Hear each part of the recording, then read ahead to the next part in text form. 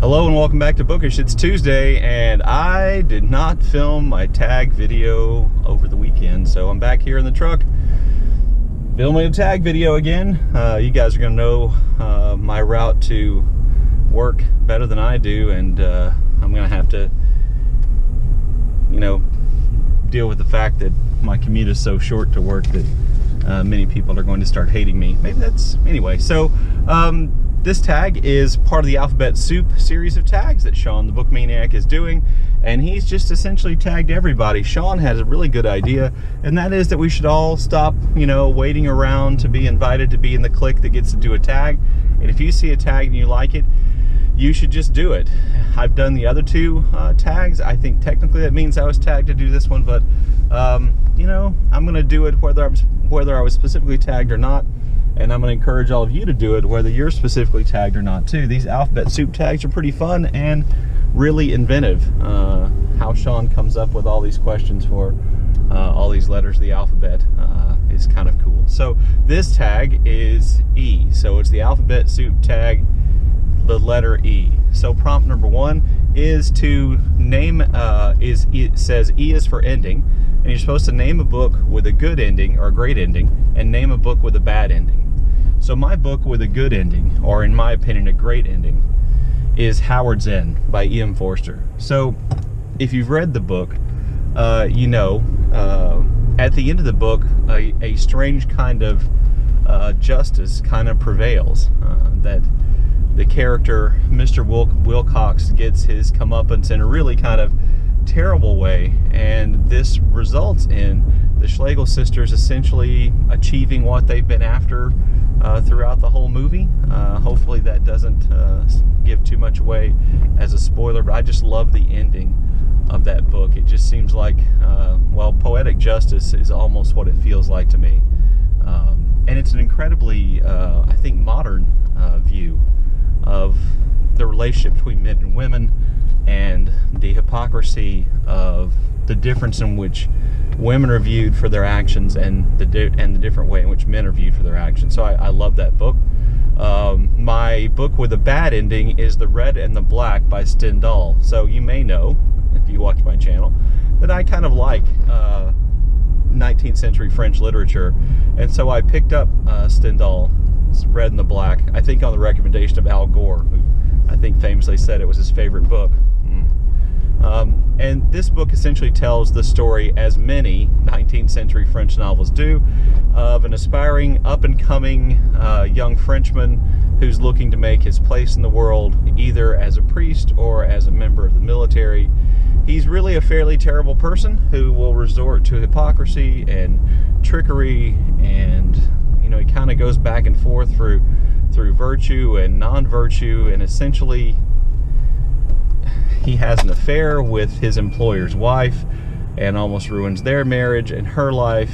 He goes to Paris and has an affair with his employer's daughter and ruins her life, gets her pregnant, and then he runs away. He realizes he was in love with his first employer's wife, and he goes back and he shoots her but doesn't kill her. He's executed, and even though he could have gotten out of it, he's determined to die out of some kind of symbolic show of the, you know, ridiculousness of French society and its unfairness.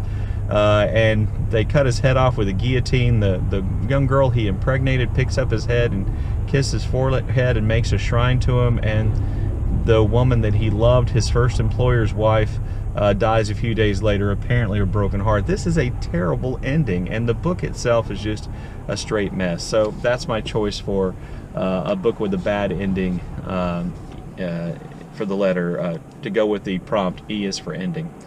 Prompt number two is E is for elderly, to choose a book or name a book with an important or powerful elderly character, and I'm going to go with Gilead by Marilynne Robinson.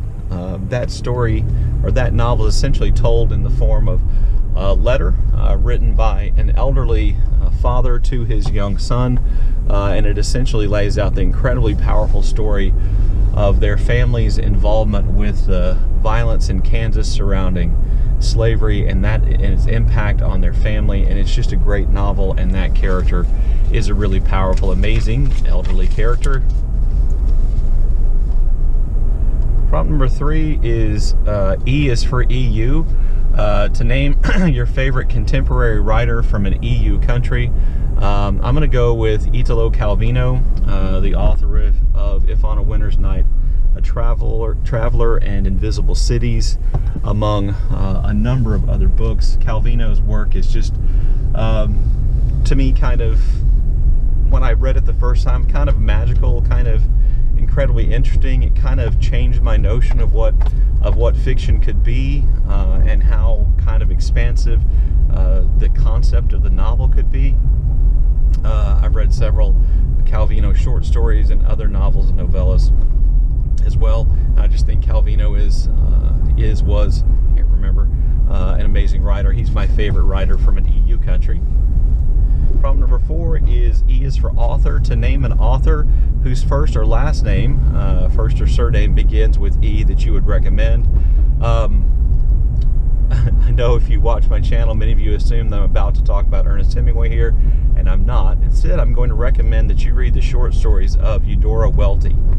Eudora Welty, American author from Mississippi, contemporary of, Flannery O'Connor and Faulkner, and just an amazing writer of short stories, an amazing writer of the human condition, who writes with a tremendous amount of compassion and empathy for her characters, and yet is able to write about them in humorous ways when they're ridiculous. I know a lot of people try Eudora Welty's novels and they're somewhat disappointed.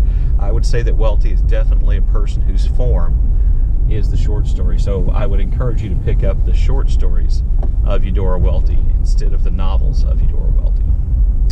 Prompt number 5 is E is for exploration. To name an author or a genre or a type of book that you would like to explore. I'm just going to go with simply an author, and that's Sarah Waters. I've seen a number of people talk about Sarah Waters as a part of their favorite author tag, including my friend Jason from Old Blues Chapter and Verse, and I've never read anything by her.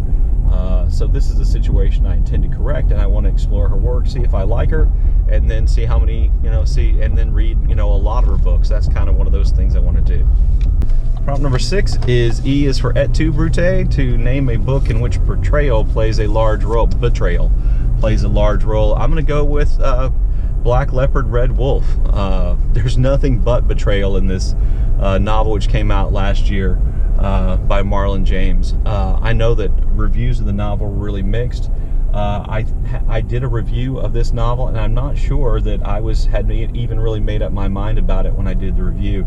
It's one of those books that the longer I go from it, the more I respect what Marlon James was able to achieve, both in the writing and in the storytelling. But if you've read it, betrayal plays a major role in the outcome of that book, in the misdirections in that book. Sometimes the betrayals are intentional, sometimes they're almost involuntary, but betrayal is a major factor in that novel.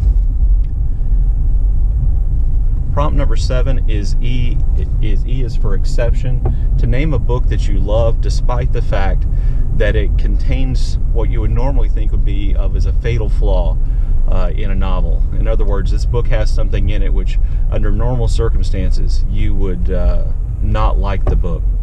So my choice here is going to be The Deer Slayer by James Fenimore Cooper. This is kind of an American classic. You don't hear very many people talk about Cooper or his works anymore. He was really an important American author, if for no other reason than being one of those authors who popularized the idea that American writers should write about the United States of America. The Deer Slayer tells the story of Nathaniel Bumppo, Natty Bumppo. He's also the hero of The Last of the Mohicans and a whole series of Cooper's novels, which I think are called the Leather Stocking Tales. And the flaw in this book, there are 2 flaws in this book that would normally make me not like them. The first flaw is that the portrayal of Native Americans is of its time period, but it is kind of jarringly uncomfortable. And I don't think there's any doubt that Cooper held some racist views about Native Americans. I think that's evident from the novel, which is unfortunate. Having said that, he also has his main character be be someone who is connected to Native American communities and lives in that space in between. European-style communities of Americans and Native Americans. But the real flaw, or the other flaw, not the real flaw, the first flaw I thought about with the Deerslayer is that Natty Bumppo is essentially a perfect character. He is a character without flaws. He is a hero who always does the right thing. He is self-effacing. He denies himself pleasure if he thinks that it's wrong, and he is really kind of, on top of being nearly perfect, kind of a judgmental jerk in his dealings with the women in the Deerslayer. So that would be my book that is an exception. Oh, prompt number 8, E is for ease. Name a book with a lot of ease in the title. So I'm going to go with Celeste Ng's Little Fires Everywhere. And if I count right, there's an E at the end of little, there's an E in fires, and there are 4 E's in everywhere, which gets me up to 6 E's. And I believe if you add the author's name, Celeste, there are 3 E's in her name, which gets me up to 9. Prompt number 9 is E is for ever present. To name a book you read a long time ago, which has stuck with you. I'm going to take an easy one here. One of the best books I read that really got me into reading more when I was in college was Lonesome Dove, and that book stayed with me. The characters in that book have stayed with me still today, and I still recall the story very fondly, and am oftentimes moved by the characterizations. So prompt number 10 is E is for elimination. To name a group of books that you eliminated. And I'm not sure if you were supposed to do a genre here or, you know, specific books. So I just went with a specific set of books, and that was the Riverworld series of sci-fi fantasy books by Philip Jose Farmer.